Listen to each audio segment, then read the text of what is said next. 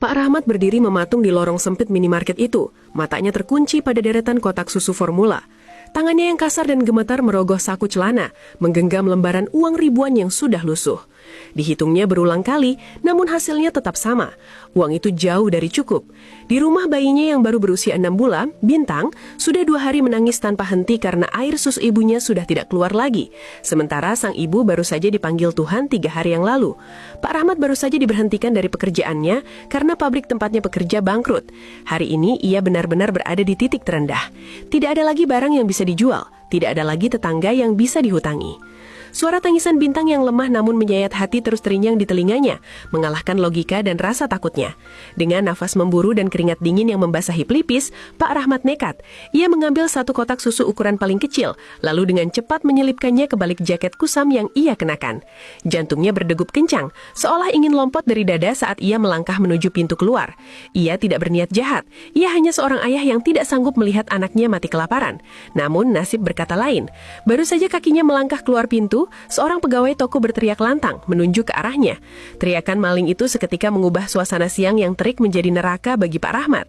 Warga yang berada di sekitar lokasi langsung bereaksi. Tanpa bertanya, tanpa mendengar penjelasan, mereka mengepung Pak Rahmat. Dalam hitungan detik, tubuh rentan itu sudah tersungkur di aspal panas. Hujatan dan amarah warga tumpah ruah. Orang-orang yang lelah dengan kerasnya hidup melampiaskan emosi mereka pada sosok tua yang tak berdaya itu. Pak Rahmat tidak melawan. Ia hanya meringkuk memeluk erat kotak susi di dadanya, melindunginya seolah itu adalah nyawanya sendiri. Di tengah keriuhan itu, ia terus memohon ampun, bukan untuk keselamatan dirinya, melainkan agar susu itu tidak rusak. Beruntung sebuah mobil patroli polisi melintas dan segera menghentikan aksi main hakim sendiri tersebut. Pak Polisi dengan tegas membubarkan kerumunan dan mengamankan Pak Rahmat yang sudah babak belur.